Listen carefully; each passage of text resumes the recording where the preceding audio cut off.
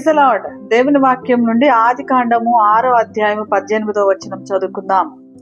నీతో నా నిబంధన స్థిరపరచుదును. నోవాహుతో దేవుడు మాట్లాడుతున్నాడు. సృష్టి ఆరంభంలో సృష్టి అంతా చేసిన తర్వాత దేవుడు తను చేసిన యావత్తు చూసినప్పుడు చాలా మంచిదిగా ఉంది. దేవుడు ఎంతో సంతోషపడ్డాడు.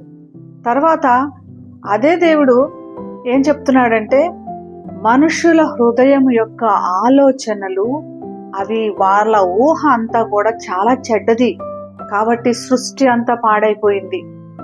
ఈ సృష్టిని అంతా నేను నాశనం చేయబోతున్నానని దేవుడు చెప్తున్నాడు. మన యొక్క ఆలోచనల ద్వారా అంత పెద్ద నాశనం జరుగుతుంది, లేదా అంత పెద్ద నష్టం జరుగుతుంది. మన ఆలోచనలు, మన ఊహలు అన్నవి చాలా జాగ్రత్తగా ఉన్నాయా లేవా మనం పరీక్షించుకోవాల్సిన అవసరం ఉంది.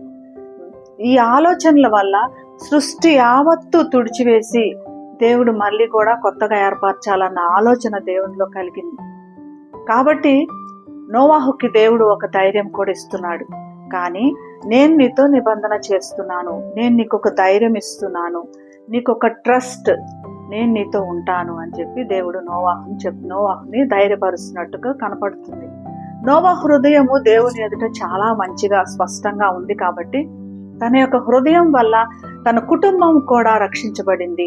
వాళ్ళందరూ కూడా ఈ ప్రమాదం నుంచి, ఈ నాశనం నుంచి బయటపడినట్లుగా, వారి కుటుంబం మాత్రమే బయటపడినట్లుగా కాబట్టి మన హృదయాలను మనం సరిచేసుకోవాల్సిన అవసరం ఉంది.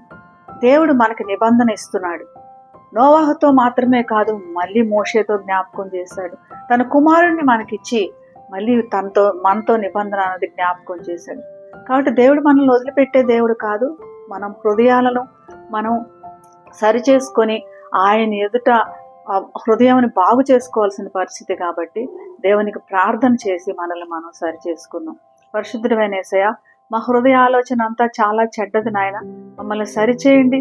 నీ నిబంధన మా యందు స్థిరపరిచి తండ్రి నీతో సదాకాలం నివసించే భాగ్యం దయచేయమని యేసు నామమున ప్రార్థిస్తున్నాం తండ్రి. Amen. Have a blessed day. God bless you.